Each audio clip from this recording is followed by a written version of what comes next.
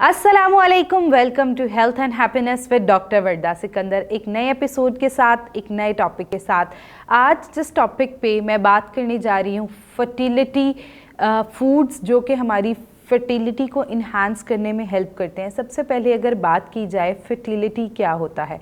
Fertility is a ability to conceive. जितनी आपकी ability जो होती है फर्टिलिटी की, और आपकी बॉडी के अंदर कितनी कैपेबिलिटी है, आपके जो एस्ट्रोजन, डिफरेंट मेल्स और फीमेल हार्मोन्स जो हैं वो क्या रेगुलर हैं और आप लोग बआसानी जो है वो कंसीव कर सकते हैं। This is the ability of fertility.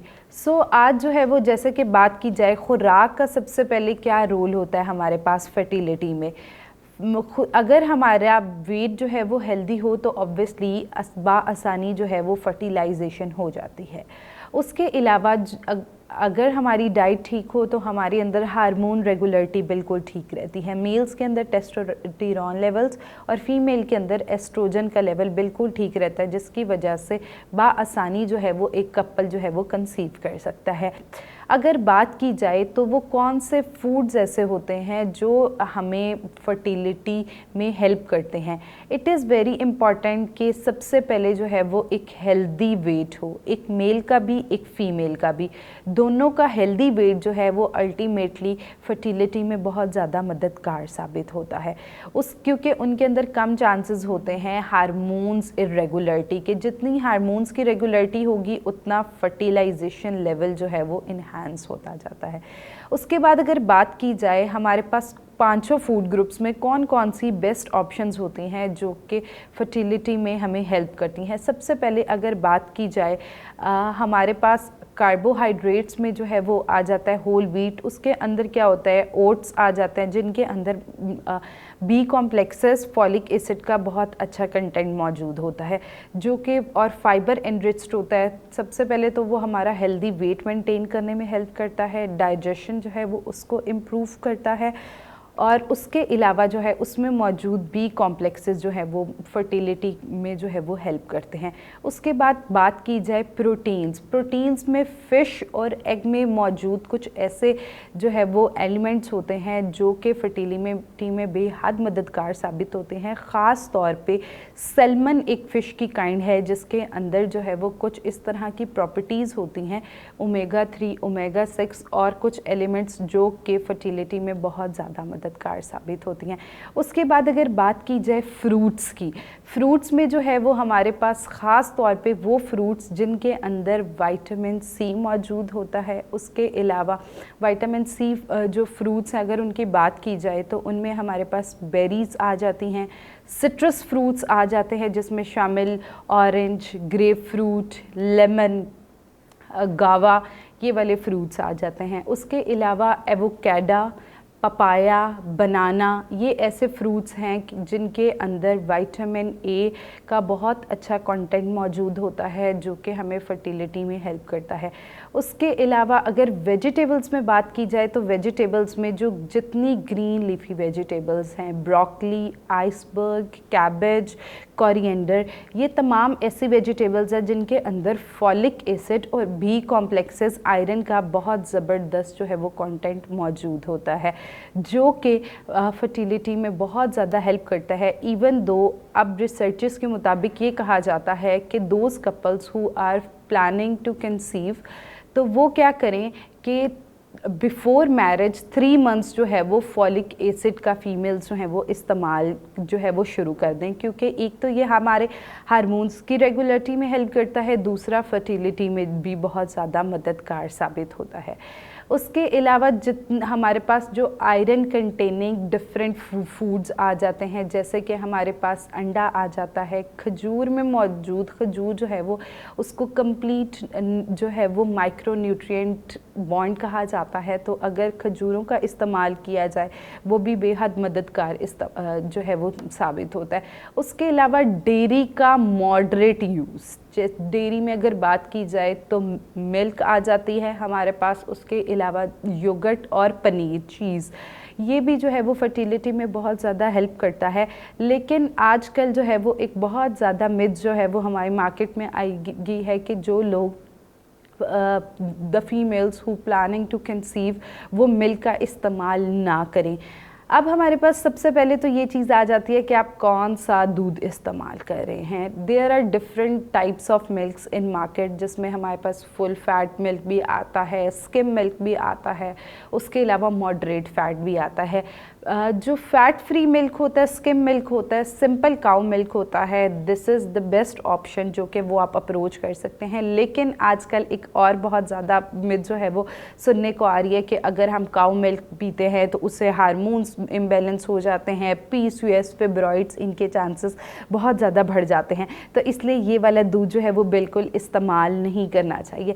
देखिए, सबसे पहले तो आप जो है वो ऑब्वियसली अप्रोच करें कि आप जिधर से मिल्क बाय कर रहे हैं वो जो है वो बिल्कुल ठीक है, उसके अंदर गोया कोई जो है वो इस तरह के इंजेक्शंस उन काउस को, जैसे ऑक्सीटोसिन के इंजेक्शंस होते हैं, वो नहीं लगाए जाते। उसके अलावा पानी नहीं ऐड किया जाता। अगर आपको इस चीज़ की एश्योरिटी है तो आप वही दूध जो है वो इस्तेमाल करें, क्योंकि जो काउ मिल्क होता है उसके अंदर जो है वो बहुत सारे ऐसे माइक्रो न्यूट्रिएंट्स जो है वो मौजूद होते हैं। कैल्शियम, विटामिन डी का जो है वो बहुत अच्छा कंटेंट मौजूद होता है जो कि फर्टिलिटी में हमें हेल्प करता है। उसके बाद अगर बात की जाए लेंटिल्स जो है, जिसमें शामिल हमारे पास सोयाबीन्स, लोबिया, चने, ये भी जो है इनके बहुत अच्छा जो है वो कंटेंट इनके अंदर एस्ट्रोजन का मौजूद होता है। अगर आपको नेचुरली बॉडी में एस्ट्रोजन डिफरेंट फूड से मिले तो it also help you in fertility. So at the end ये तमाम फूड ग्रुप्स जो है अगर आप कॉम्बिनेशन के साथ लें, बैलेंस डाइट रखें, पांचों फूड ग्रुप्स का इस्तेमाल करें तो आप बआसानी जो है वो अपनी फर्टिलिटी को इन्हांस कर सकते हैं। उसके बाद जो है वो 5 टिप्स जो है वो मैं आपको देना चाहूँगी। अगर वो आप इंक्लूड कर लेते हैं, का आप मेल और फीमेल दोनों जो है वो कपल ये हैबिट्स अडेप्ट कर लेता है, तो आपके अंदर नेचुरली कंसीविंग पावर्स जो हैं वो इन्हांस हो जाती हैं और एज अ फर्टिलिटी बूस्टर जो है वो हमें ये चीज़ें हेल्प करती हैं। सबसे पहले हेल्दी वेट, अगर आपका BMI नॉर्मल होगा तो ऑटोमेटिकली हार्मोन्स की रेगुलरिटी बेहतर होगी, ब्लड की सर्कुलेशन बेहतर होगी, इम्यूनिटी बेहतर होगी, जिससे बाआसानी जो है वो it will help you in fertilization. उसके बाद अगर सेकंड टिप की बात की जाए, बैलेंस डाइट इसकी, जैसे मैंने आपको 5 फूड ग्रुप्स में तमाम गुड ऑप्शंस बताई कि अगर ये तमाम गुड ऑप्शंस आप इस्तेमाल कर सकते लें तो आप एक हेल्दी प्लेट को फॉलो करते हुए एक जो है वो हेल्दी जो है वो कंसेप्शन का मैकेनिज़्म जो है वो कर सकते हैं। उसके बाद जो है वो थर्ड टिप की अगर बात की जाए, vitamin C fruits, folic acid का बहुत अच्छा इस्तेमाल और प्रोटीन्स, इनमें बहुत ये एज आ फर्टिलिटी बूस्टर फूड्स इन्हें कंसीडर किया जाता है कि अगर आप इनका इस्तेमाल कर लें तो ultimately it will also help you. उसके बाद अगर फोर्थ टिप की बात की जाए कि कौन से ऐसे फूड्स हैं जो कि अवॉइड करने चाहिए एट दैट टाइम, अगर बात की जाए प्रोसेस्ड फूड की, तमाम सिंथेटिक फूड और वो तमाम फूड्स जो कि प्रोसेस्ड हैं, ये क्या होता है, सबसे पहले तो एक हमारी बॉडी के वेट जो है उसको मेंटेन नहीं रखते, ठीक है, वेट ऑब्वियसली इन्हांस हो जाता है। उसके अलावा these all things are majorly made of sugars and white carbs, जो कि हमारी बॉडी के अंदर इंसुलिन रेजिस्टेंस का चांस बहुत ज़्यादा बढ़ा देते हैं। उसके अलावा जो शुगर्स हैं उनको हमारी बॉडी के अंदर जो है वो क्रैश कर देते हैं, जिसकी वजह से क्या होता है, अल्टीमेटली फर्टिलिटी में बहुत ज़्यादा प्रॉब्लम्स जो हैं वो देखी जाती हैं। और उसके अलावा फीमेल्स के अंदर ओवेरियन सिस्ट जैसे PCOS है उसका चांस बहुत ज़्यादा बढ़ा देती हैं। उसके अलावा अगर जो है वो सेकंड लास्ट जो है वो टिप की बात की जाए, physical activity is so important for both because physical activity enhance your stamina, enhance your immunity, ultimately which helps a lot।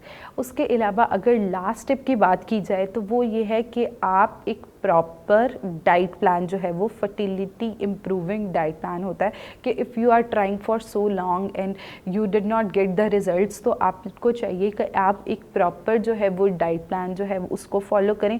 पहले तो रूट कॉज पता किया जाए और रूट कॉज के बाद अगर आप नेचुरली जो है वो करना चाहते हैं मैकेनिज़म्स को फॉलो, तो आप ट्राई करें एक प्रॉपर जो है वो डाइट प्लान को फॉलो करें। प्रॉपर डाइट प्लान जो है वो, उसमें अगर ये तमाम आपकी प्रॉपर जो है वो कैलोरीज इनकाउंट होके और आपके BMI के मुताबिक आप कितनी कैलोरीज बर्न कर रहे हैं और कितनी कैलोरीज आपको लेनी चाहिए, उसके मुताबिक आप करेंगे तो अल्टीमेटली आप you will get results very soon. So अगर आप भी PCOS के पेशेंट हैं and you are trying for so long, आप कंसीव नहीं कर पा रहे, फिब्रॉइड्स का प्रॉब्लम है, डिफरेंट हार्मोनल प्रॉब्लम्स हैं मेल फीमेल में, तो फौरी तौर में अपने करीबी डॉक्टर को कंसल्ट करें। और अगर आप घर बैठे हेलो डॉक्टर फोरम से कंसल्टेशन हासिल करना चाहते हैं तो फौरी तौर पे हमारी ऐप के थ्रू कंसल्ट करें। So don't forget to share your feedback. Stay healthy, stay safe. Thank you so much. मिलते हैं एक नए एपिसोड के साथ। अल्लाह हाफिज़।